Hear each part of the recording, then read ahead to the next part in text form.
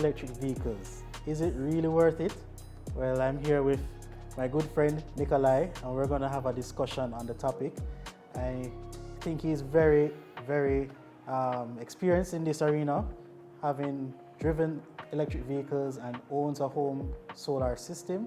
So Nikkolai, welcome to Plug in Jamaica. Thanks for having us today. Thanks for having me.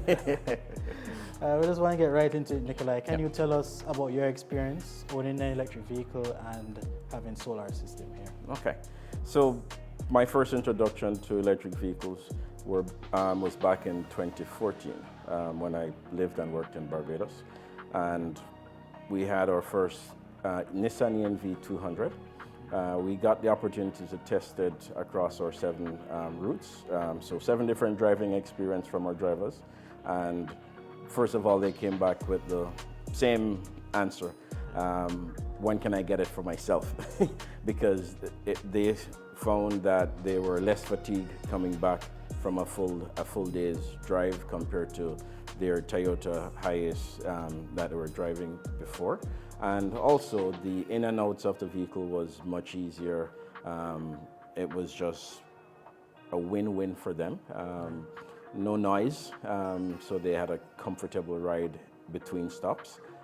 So that's from their perspective.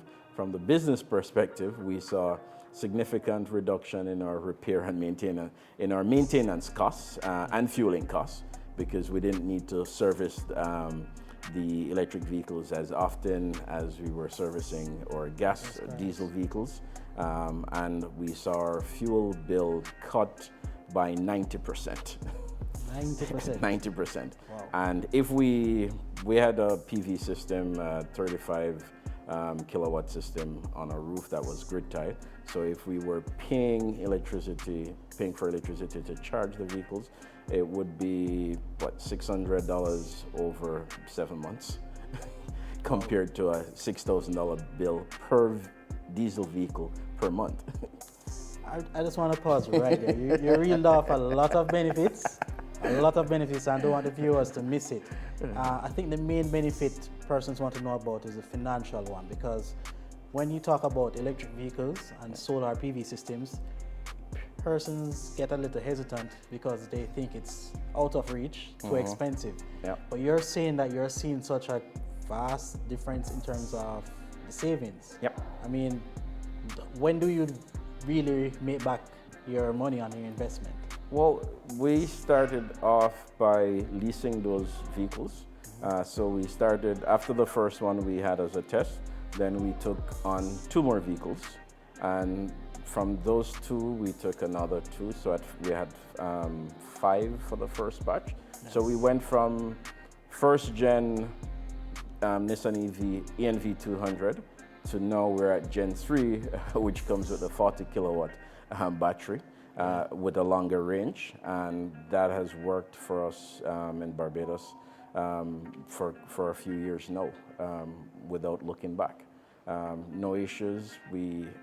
Because we have the solar grid tie, we haven't seen an uptick in our electricity costs at all. So it's a win-win. Right. If we were still running diesel vehicles, we would have had that fuel bill every month. We would have the servicing costs every 5,000 to 6,000 kilometers. So, and we do an average of 20 to 22,000 kilometers per year per vehicle. And you are seeing a reduction in your maintenance costs as well? Reduction in maintenance costs, reduction in fuel costs. Interesting. Yeah. All right. So, I mean, that's exciting to hear from a Caribbean perspective, because I didn't mention it earlier, but Nikkolai was the DHL, is it logistics? No, DHL Express, right. So I was a country manager for Barbados for the last 10 years. Okay. Yeah. Okay, and now you're doing that here in I'm doing Jamaica that here now in Jamaica. Yeah, back home. Back home. All right, good to have you, Nikkolai. So what do you see, what can we take from Barbados, your experience, bringing him to Jamaica? What are the opportunities there, you think, from a business point of view?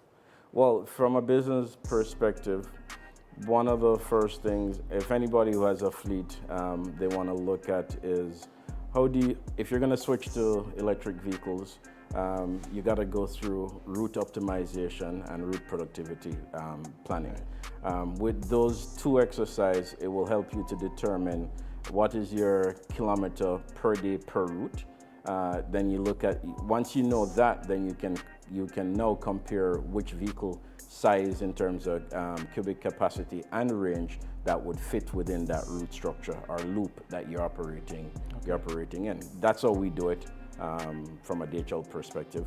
So, which is why we were able to run electric vehicles in Barbados even before there was a external charging network, because we knew that the vehicles were good enough to run one cycle or two cycles depending on the use of that particular day, until there was an external charging network, which we only utilize unless push comes to shove with that vehicle, because we build our routes on the premise that we're going to be able to run this vehicle at two cycles without charging on an external network.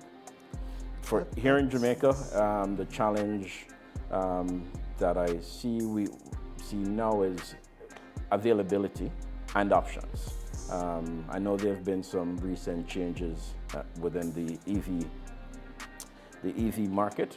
I'm very hopeful that we will see more brands coming to Jamaica.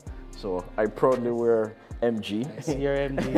If you know Nikkolai loves his MG ZS EV. Yeah, I proudly wear the MG brand because that was the vehicle. So after listening to my guys being comfortable with their electric vehicles, the electric vans, I took the plunge also, and I went from a Vitara to a Outlander PHEV, and then fully to the MG ZS EV, and loved it.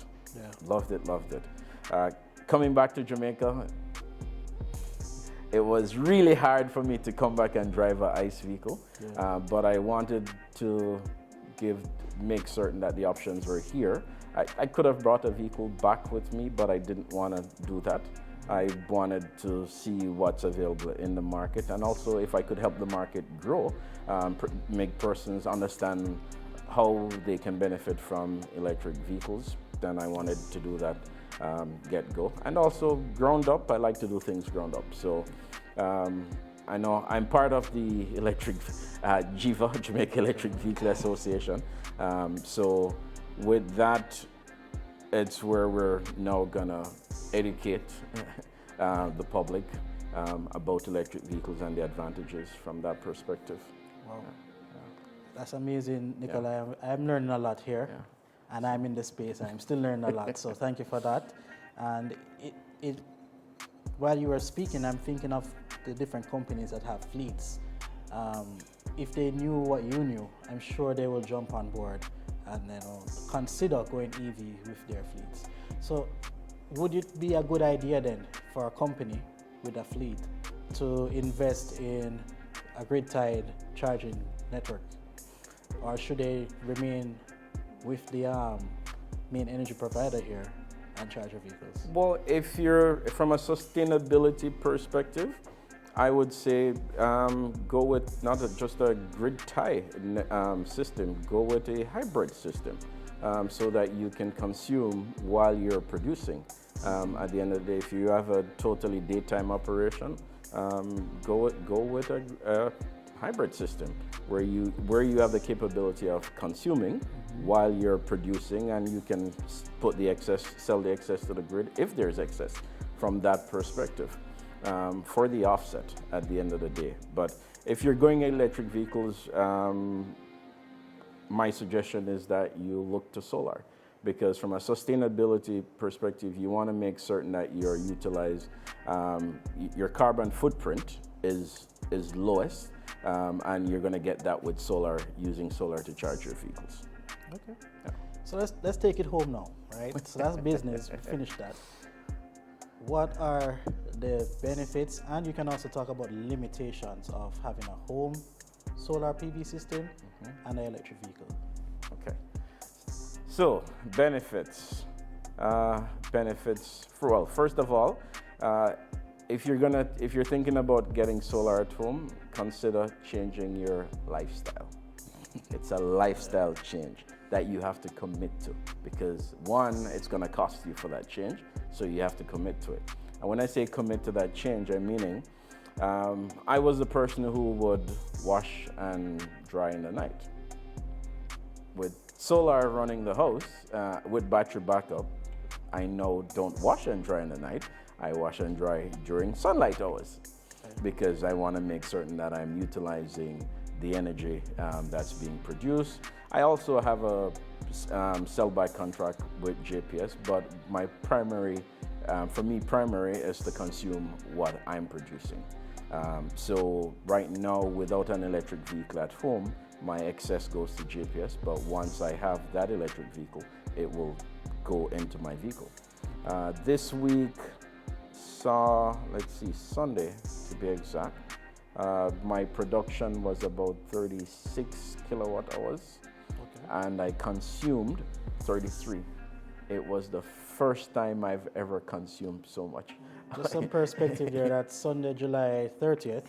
Yes. And we're typically in a hot season now. It's the Yeah. hottest time of the year. Hottest time of the year. So we understand why you're consuming more than usual. So, and during that time, let's see, we're running 2 ACs, washing, and my wife was washing and drying, then the normal function of the house under those conditions. So, but we've made that decision now going, 3 years plus, and we haven't looked back.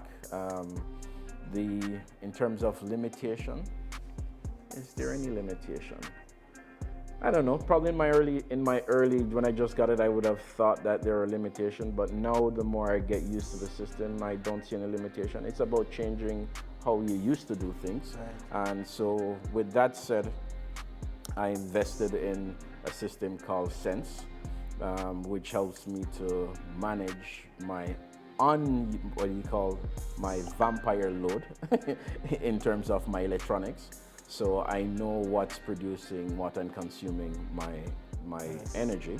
So like the entertainment center, that is powered off when it's not in use, because just those standby current for the month can run anywhere at about 3 to 5 kilowatt hours. Okay. Yep. So I keep that powered off unless we're watching TV. It doesn't come on, or listening to music. It doesn't come on any at all. So because at the end of the day, I'm no more energy conscious, energy conscious of the energy being consumed and being utilized at the same time. So I try not to waste any energy as best as possible, because at the end of the day, I'm still trying to minimize my carbon footprint from that perspective. I'm looking forward to the day that I will actually have an electric vehicle here at the house, because when we bought our home and renovated, about 14 years ago, I remember when my wife saw that one of the electric outlets in the garage was different from the other three. She says, "What was that for?" And I said, "That's for the electric vehicle charger in the future." And she's like, "What? What are you talking about?" I said, "Yep, we're gonna have an electric vehicle in the future. I'm putting in the outlet from now." That's awesome, man. So,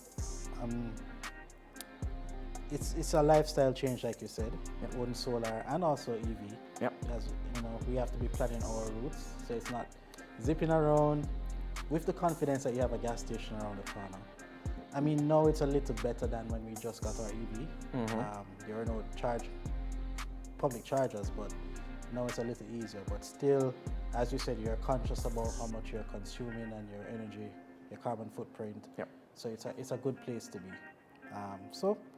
All right. So you answered how long it would take to typically recoup the installation costs. Well, let's see. I don't know if I answered that, but from how I look at it, yes, I've paid a few millions for the system, and I also look at when I get my bill from JPS, still consume from JPS about maximum, probably about 30 kilowatt hours, sometimes as low as 5 for the month, but I look at how much energy I've consumed through the inverter app for the month, and then put that as if that was on JPS. So I use his JPS numbers to see how much, if I was still using JPS, what it would cost me for the month. And now that's how I measure my return on investment.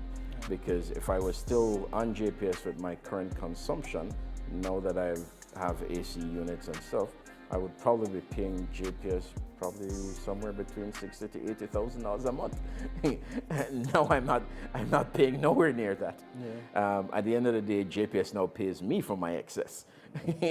Is what I mean. So couple that 60 to 80 plus what they pay me for my excess, and multiply that by 12 times 3, I've already met my return on investment. So you're saying in 3 years, or Yep. less than 3 years, Less you than have 3 years. retained, you have Yeah, I'm just about there. got your ROI down. Yep. So. Yeah. Best investment ever. No second thoughts about it. If I had to do it all over again, I would still do it the same way. What about someone considering now?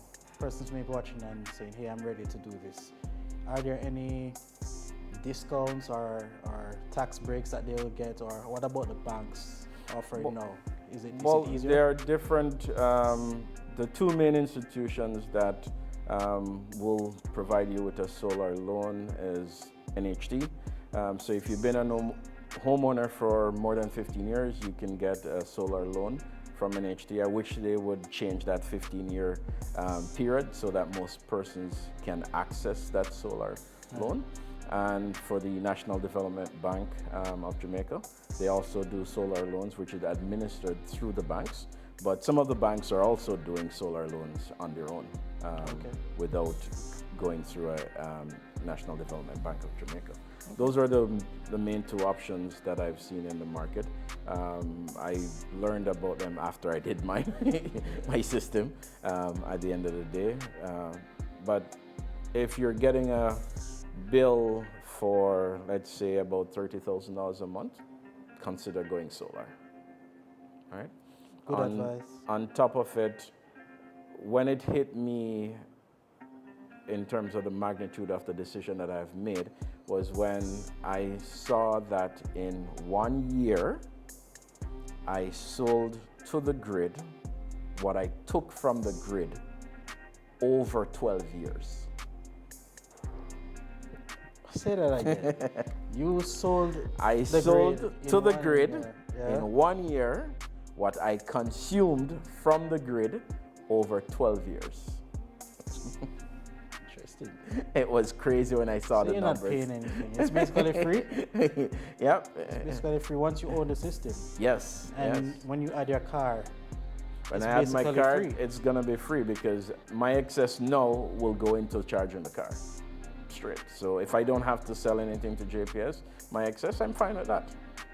So free charging. Yep. Next to zero maintenance. Next to zero maintenance. Why not switch now? I mean, what are we waiting for, right? Yeah. So you did the drone shot of the panels. They've been up there now just over 3 years. They've not been cleaned. And my production is still good, still high. Let me give you some numbers in terms of production. It changes per year depending on what's happening each year.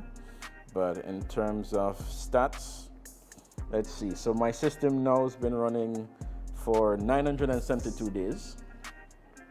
I have total production 34.09 megawatt hours. And I have my self-use rate is about 16%. So my self-use rate is now going up. It used to be on the 12%. Now it's ticking up. I guess with me being back home and we're doing more stuff, it's ticking up. And my total grid feed-in at 19.64 megawatt hours. What does that mean for persons who don't understand? Total grid feeding, that's what you're selling that's back. That's what I've sold back to the grid over 972 days. So it's almost as if I have a mini power plant. Yes, you're basically running your own power station here. So. Yeah, so let's see, my monthly production totals anywhere from just under 1 megawatt hour to 1.2 megawatt hours on a monthly basis. So good, and I'm consuming 537 kilowatt hours. So I'm still consuming almost the same as if I was on GPS. Okay. Yeah. So and I said it's not costing me a dime. Well, it cost me the initial setup, Yes, but it's not costing me but after. as you said, you made back your money within 3 years. Yeah. So Yeah. it's a good deal. Yeah. So listen, it's the best decision that I've made, and I'm still loving it. I've become an energy, as I told you earlier, energy conscious. So my wife is on my case about that sometimes because I have timers on different stuff in order just not to waste energy. Yeah. And Nikkolai, finally, for our viewers, if there are just one thing or maybe a few that they need to consider, what are the main things they need to consider before going solar and EV? Okay, so going solar, make certain you get different quotes from different suppliers because not everybody is selling at the same price out there. And I am saying that now, but I shopped around when I was getting mine. So I knew the deal that I was getting was worth committing to from that supplier. So I would tell anybody who's make certain you shop around because there are various prices on the market. Some of the prices that are out there is still unbelievable. But I have a few preferred suppliers that I work with and buy different stuff from for other persons. That I've encouraged to go solar depending on the size of their project. So from that perspective, and then from a vehicle perspective, no. For me, no, personally, any vehicle I am buying must be able to power my house. Okay. So I'm not buying any EV that can't power my house. Right. Because I want to be able to utilize the battery pack in the vehicle if push comes to shove. And with vehicle to load, it will be able, and you can utilize the vehicle to load with the solar inverter via the generator port. Yeah. So and most of them will dispense about 2 to 3 kilowatt hours. That's enough to power the house at any one time without any heavy loads being on. Amazing. Thank you, Nikkolai, for your wealth of information. It was a pleasure, my pleasure talking to you, my friend. Yes. And you heard it from him. He has experienced not only just the convenience owning solar and in the future will pair to an EV, but also he has self-reliance, and I'm sure it has also increased your home value as well, owning a solar PV. Yes. There are many benefits that we probably didn't go into depth with, but thanks. And again, if you want to learn more, you can look for links in the description. I'm sure I'll put some of Nikkolai's recommended solar PV installers, and we have some ourselves as well. You can check them out if you're interested. Also, if you're interested in EVs, link us in the comments and we can talk some more about it, all right? Stay plugged in, Jamaica.